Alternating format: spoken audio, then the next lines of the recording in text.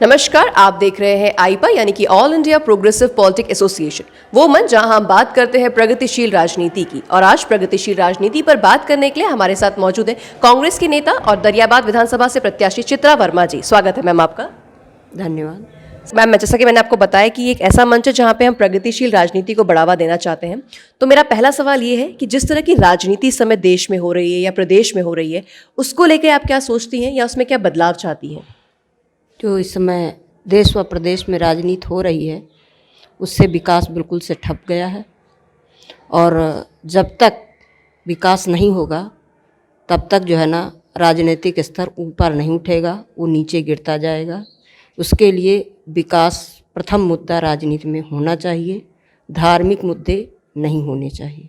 Ma'am, आपने मुद्दों की बात की, आपने धार्मिक मुद्दों की बात की, तो मैं जानना चाहती हूँ क्योंकि अक्सर ये देखा जाता है कि जब भी चुनाव आते हैं तो कोई ना कोई एक राष्ट्रीय भावनात्मक मुद्दा उठ जाता है, जो वहाँ के स्थानीय मुद्दे होते हैं वो कहीं ना कहीं पीछे रह जाते हैं।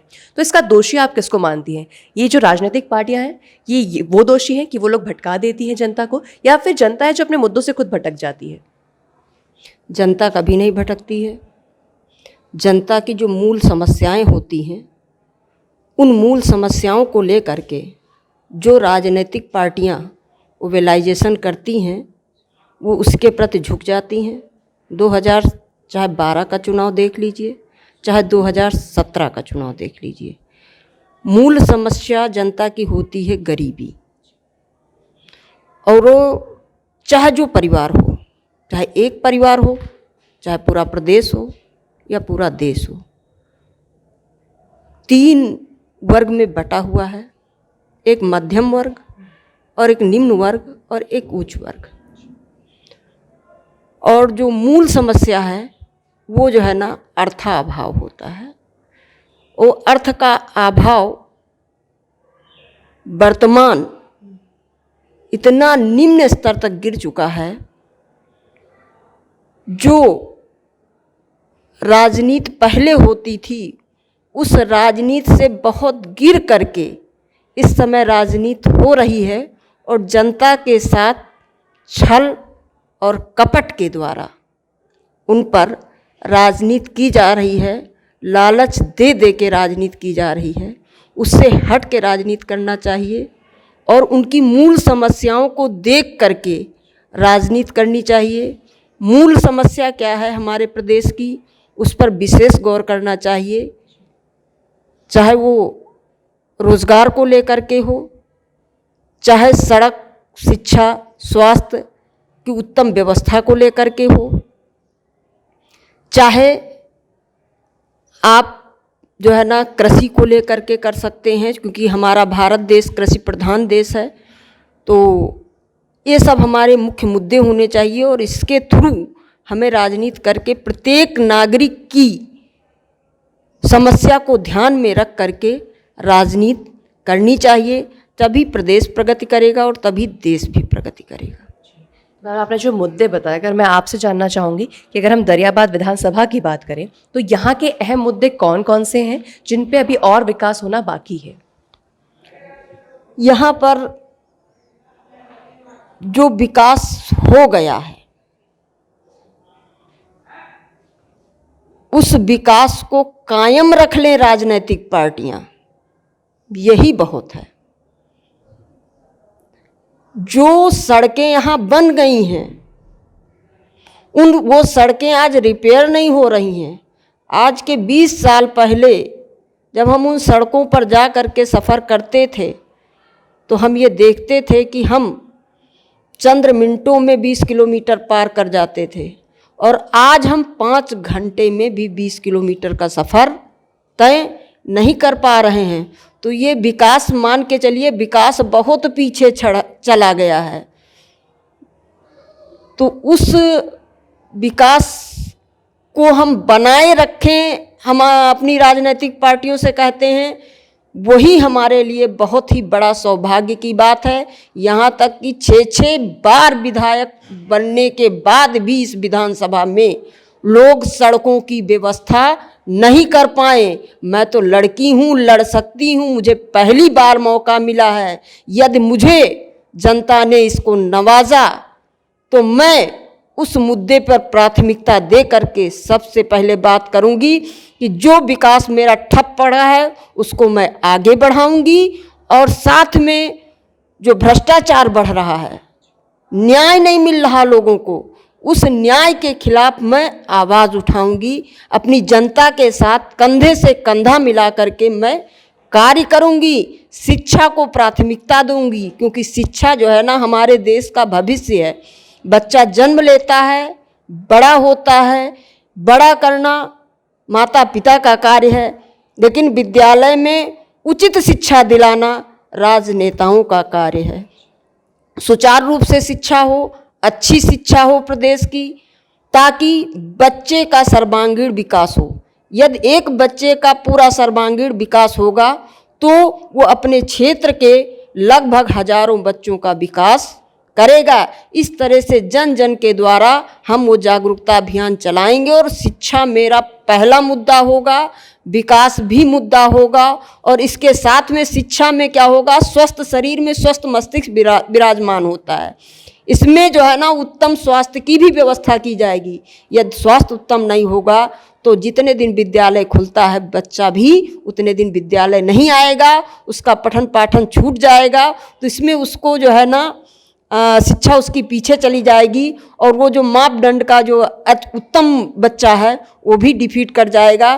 तो शिक्षा, स्वास्थ्य और सड़क, ये हमारे मुख्य मुद्दे होंगे।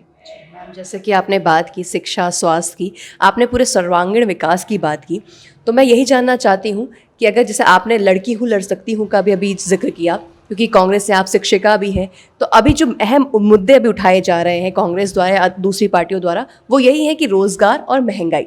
तो अगर मैं रोज़गार की बात करूँ तो जो देश का युवा है या प्रदेश का युवा है उनको लेके आप क्या सोचती हैं, या उनके लिए किस तरह से हम लोग आगे रोज़गार के अवसर पैदा कर सकते हैं?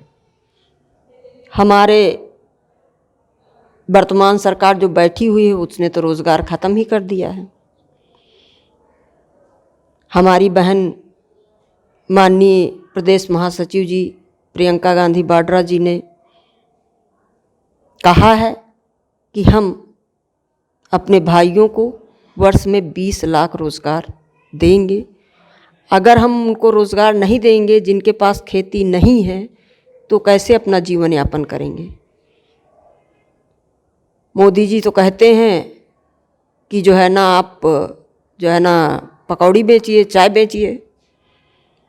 तो अगर सभी चाय पकौड़ी बेचने लगेंगे, इस तरह करने लगेंगे, उसमें भी कोरोना आ जाएगा, लॉकडाउन लग जाएगा, चाय पकौड़ी भी बेच नहीं पाएंगे।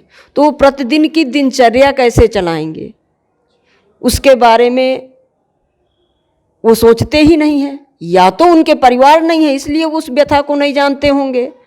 हमारे तो परिवार है, 2 बेटे हैं, हस्बैंड हैं, और भी हैं, रिश्तेदार हैं, तो हम तो उस व्यथा को जानते हैं। उस व्यथा को दूर करने की हम अपने स्तर से पूरी कोशिश करेंगे। हमारी बहन प्रियंका वाड्रा जी भी कर रही हैं, और हमारा पूरा राजनीतिक दल जब से देश आज़ाद हुआ है तब से विकास और शिक्षा में लगा हुआ है। 1998 में मैं इस जनपद की बहू बन कर के आई, इस गांव की, तो हमने देखा इस गांव में केवल मेरे घर पे ही राजदूत थी। तो हमने देखा कि ये बहुत पिछड़ा हुआ था, और 98 से लेकर के 2004 तक यहाँ 2 व्हीलर वाहन भी 2 से 3 ही हो पाए थे। और इसके बाद 2004 के बाद जब मनमोहन सिंह की गवर्नमेंट आई, और 4 से लेकर 14 के बीच में इस गांव के अंदर, मैं एक ग्राम सभा की बात कर रही हूँ, केवल सिरौली गौसपुर की, इस गांव के अंदर कम से कम 15 चौपहिया वाहन हैं और सैकड़ों 2 पहिया वाहन हैं। तो यदि अर्थव्यवस्था मजबूत नहीं हुई 4 से 14 के बीच में, तो लोगों ने ये उपलब्धि कहाँ से हासिल की? ज़्यादा दूर नहीं जानते, हम केवल अपने गांव की ही बात करते हैं, जो हम बहुत ही बारीकी से मेज़र कर रहे हैं। और शिक्षा की बात करें तो हम इस जनपद की बेटी भी हूँ, और यहाँ पर जो 6 बार एक विधायक बनता है तो केवल शिक्षा के अभाव के कारण बन रहा है, क्योंकि हम क्षेत्र में दौड़ा कर रहे हैं, हम ये देख रहे हैं कि हम कुछ ऐसे गांवों को जाते हैं जहाँ पर शिक्षा ना के बराबर है। तो क्या है, वो केवल बस जो एक राजा है, एक प्रजा है, जो राजा ने कह दिया वो प्रजा ने मान लिया। ऐसी स्थितियां बनी हुई हैं, एक डर और भय पैदा किए हुए हैं लोग। तो उन डर और भय से हम अपने बच्चों को, अपनी माताओं को, अपनी बहनों को मिलते हैं, उनके दुख दर्द में शामिल होते हैं। हम कहते हैं उससे आप बाहर निकलिए, आपकी बहन ने एक बहन को यहाँ पर भेजा है, उसको आप वोट करिए, तो आपकी आवाज़ जो ये विधानसभा में नहीं पहुँचाते हैं, हम उस आवाज़ को विधानसभा में पहुँचाएंगे और आपको न्याय दिलाएंगे। मैम, आपने बहुत ये जिक्र जो किया है कि लड़की हूँ, लड़ सकती हूँ, और जिस तरह से महिलाओं को, तो मेरा सवाल इसी से है कि महिला सशक्तिकरण को लेकर आपकी पार्टी जिस तरह से बढ़ावा दे रही है, तो आपकी क्या विचारधारा है और आगे चल के इस क्षेत्र में किस तरह से महिलाओं का विकास आप करेंगी? देखिए, हमारी प्रेरणा स्रोत रही हैं माननीय जीजाबाई जी, जिन्होंने शिवाजी जैसा वीर बेटे को जन्म दिया है और देश की आज़ादी को बचाने वाली या उसको जागरूक करने वाली महारानी लक्ष्मीबाई जी हैं। उन्होंने कहा सब कुछ ले जाओ अंग्रेज, लेकिन अपने जीते जी मैं झांसी नहीं दूंगी। तो मेरा भी ये दावा है कि हम उस अंतिम घड़ी तक प्रत्येक महिला के लिए लड़ते रहेंगे, पीड़ित महिला के लिए, जब तक कि मैं उसको न्याय ना दिला दूं। उसके शिक्षा के अधिकार के लिए, उसके उत्पीड़न के अधिकार के लिए, उसके शोषण के लिए, क्योंकि कांग्रेस पार्टी की हम महत्ता कहाँ तक बताएं और महिलाओं का शोषण कहाँ तक होता है इसको हम क्या बताएं। नारी वो पत्थर नहीं जिसे फेंका जाए, नारी वो पर्वत नहीं जिसे लांगा जाए, नारी वो पुष्प नहीं जिसे मर्दित कर फेंक दिया जाए, नारी वो मदिरा नहीं जिसका पान किया जाए, अपितु नारी वह शक्ति है जिसकी हमें पूजा करनी चाहिए। मनु ने अपने ग्रंथ मनु स्मृति में कहा है, यत्र नार्यस् पूज्यते रमन्ते तत्र देवता। जहाँ नारियों की पूजा होती है वहीं देवता लोग निवास करते हैं। ऐसी स्थिति में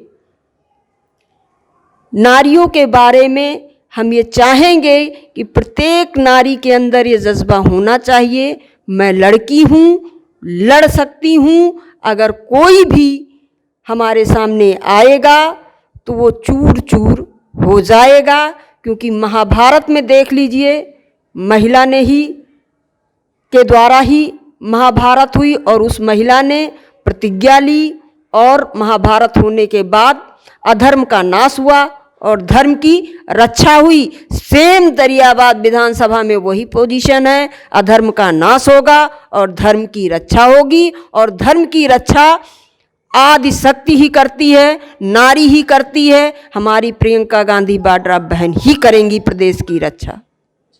तो हम चाहते बस मैं एक ये सवाल है मेरा कि आप हमारी जनता से इस माध्यम से क्या कहना चाहती हैं कि वो किस तरह के मुद्दों पे ध्यान दें और अपने वोट का किस तरह से सही इस्तेमाल करें? हम अपनी जनता से ये अपील करते हैं कि हमारे किसान भाई जो परेशान हैं, वो हमारी जो 18 सूत्री बातें हैं वो जन जन तक पहुंचा रहे हैं, और वो मेरी बातें नहीं हैं, वो मेरी प्रतिज्ञाएं हैं, कसम है कि हमको सत्ता में लाइए और हम आपकी कसम देते हैं कि इन बातों को प्राथमिकता की दृष्टि से पूरा करेंगे, जैसा कि 2009 में हमने किया भी है। हमारी कांग्रेस पार्टी में 2009 में हमारी कांग्रेस पार्टी ने कहा था हम किसानों का पूरा कर्जा माफ़ करेंगे, और उन्होंने 72,000 करोड़ पूरे देश का पूरा कर्जा माफ़ कर दिया था।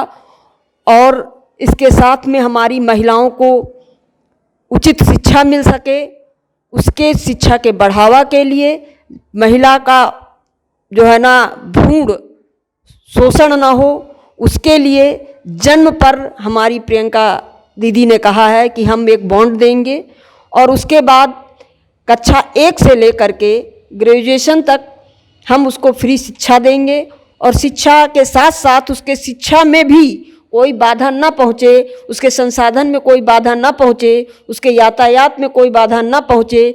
तो हाई स्कूल पास होने पर उसको एंड्रॉयड मोबाइल दिया जाएगा, क्योंकि जब बच्ची घर से बाहर निकलती है तो 2 से 3-4 किलोमीटर का डिफरेंस होता है, उसमें कोई घटना हो सकती है, किशोरावस्था में होती है, तो उस घटना को वो सुचारू रूप से, विद्यालय नज़दीक है तो एंड्रॉयड मोबाइल के द्वारा वो विद्यालय सूचना दे दे, और अगर उसका घर नज़दीक है तो उसको वो सूचना दे दे तो उस शोषण से वो बच जाएगी। दूसरी चीज़, उसकी आगे की शिक्षा ना रुके यातायात के साधन के अभाव के कारण, इसलिए हमारी प्रियंका गांधी बहन ने कहा कि वो ग्रेजुएशन में एडमिशन ले, हम उसको इलेक्ट्रॉनिक स्कूटी देंगे और वो अपने दिमाग का सर्वांगीण विकास करे, ताकि वो अपने अधिकारों के लिए, अपने मूल मुद्दों के लिए, अपने परिवार के लिए आगे बढ़ कर चढ़ करके हिस्सा ले करके लड़ सके। और इसके लिए हम कहेंगे 2 लाइनें कविता के माध्यम से।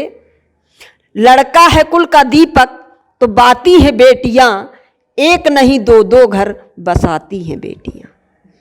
बहुत बहुत शुक्रिया मैम, आपसे बात करके बहुत अच्छा लगा। तो ये थी चित्रा वर्मा जी, जिन्होंने महिला सशक्तिकरण को लेके और साथ ही साथ अपने एरिया के सड़क का एक बहुत बड़ा मुद्दा बताया, शिक्षा एक बहुत बड़ा मुद्दा बताया, जिसको लेके आगे चल के काम करना चाह रही हैं। तो हमारे चैनल से जुड़े रहने के लिए इसे लाइक, शेयर और सब्सक्राइब करना ना भूलें। आज के लिए बस इतना ही, धन्यवाद।